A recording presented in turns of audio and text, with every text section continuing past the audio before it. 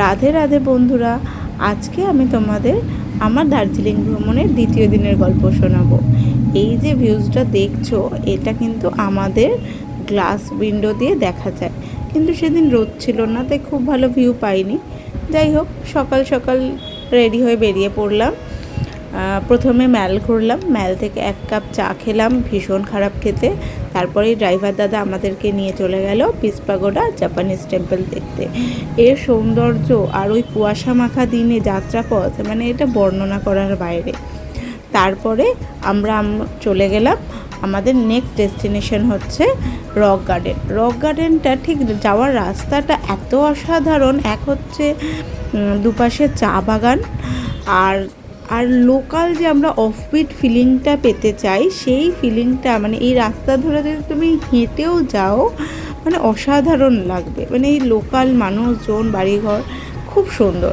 যাই হোক, তখনও পর্যন্ত পেটে কিছু পড়েনি। ড্রাইভার দাদাকে বলা হলো, ড্রাইভার দাদা বললো আপনারা গিয়ে রক গার্ডেনে খাবেন, দারুণ খাবার, মানে খাবার পাওয়া যায় ভালো, পেট ভরা।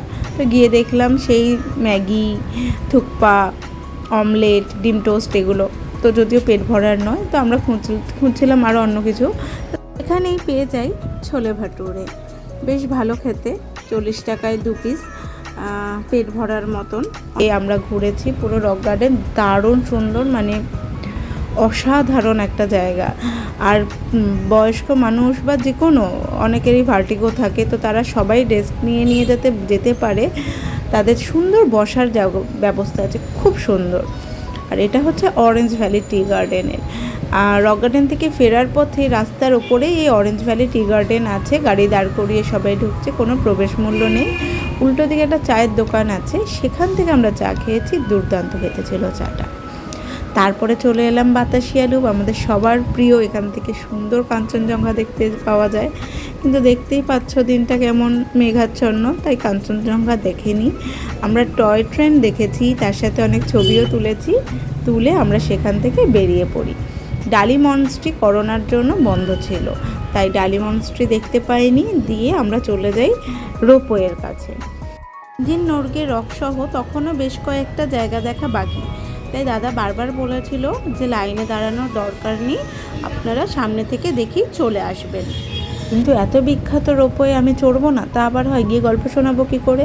তাই দাঁড়িয়ে প্রায় 2.25 ঘন্টা লাইন দিয়ে রোপওয়ে চড়লাম, কিন্তু চড়তেই অন্ধকার হয়ে এলো। ওই রোপওয়ের অপোজিট সাইডটায় গিয়ে যে আদৌ কিছু দেখবো, ছবি তুলবো, কিছুই করতে পারলাম না। তখনই অন্ধকার হয়ে এলো, পাহাড়েতে ঝুপ করে অন্ধকার নেমে আসে। যাই হোক, বাধ্য হয়ে সাথে নেক্সট রোপওয়ের জন্য লাইনে দাঁড়িয়ে এবারে চলে আসি, তখন একেবারে ঘুটঘুটে অন্ধকার।